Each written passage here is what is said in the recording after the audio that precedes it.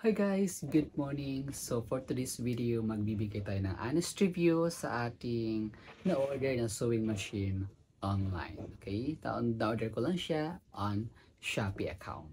So before we start, if you haven't yet subscribed my channel, please don't forget to like, to share, subscribe, and hit the bell button below so that you're updated on the next video. So wag nating papatagalin pa, let's get started. So, ayan guys. So, ito po yung na-order natin last week, yung ating sewing machine. Okay, so, maliit lang po siya at napaka-cute po ng ating sewing machine. So, ngayon, kung nagtatanong kayo, worth it nga ba siya gamitin? So, for me, based on my experience, napakasulit po niyang gamitin since maliit lang po siya and affordable. At the same time, gumagana naman po siya. So, yan po yung ginagamit ko last day. So, I tried na magtahi ng isang short pero maganda yung result. Gumagana naman siya. But it depends sa'yo kung marunong kang gumamit or hindi. Okay?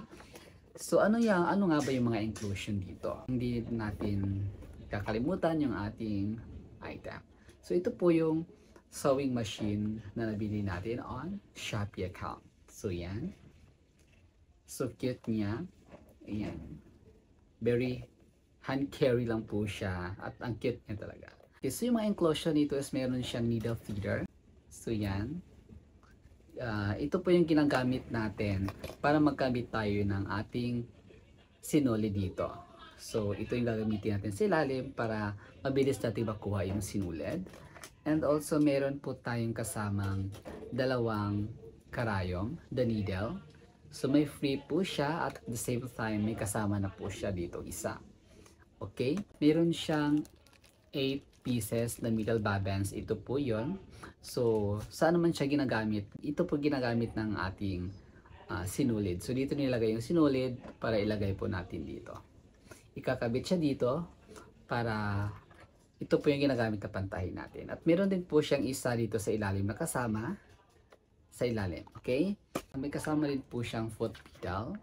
So, ito, pang control po ng ating machine yung paano siya mag-run sa pagtatahi. So, pwede nyo siyang gamitin, pwede nyo din siyang ima-manual dito.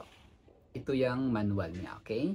At also, ang pinaka-importante para gumana yung ating machine is ang charger. So, yan po yung charger niya. Yan. So, dito po natin ilalagay yung ating charger sa likuran. So, yan. So, ito po yung ating machine na nabili online and masabi ko lang dito guys, after I use nung nakaraan, talagang napakasulit siya. Lalo na kung ikaw ay mahilig manahe, talagang gamit na gamit po siya. So yun lamang guys for this video at sa next video natin, ituturo ko sa inyo kung paano ikabit yung ating sinulid the proper way. Okay? So thank you guys for watching. Have a good day.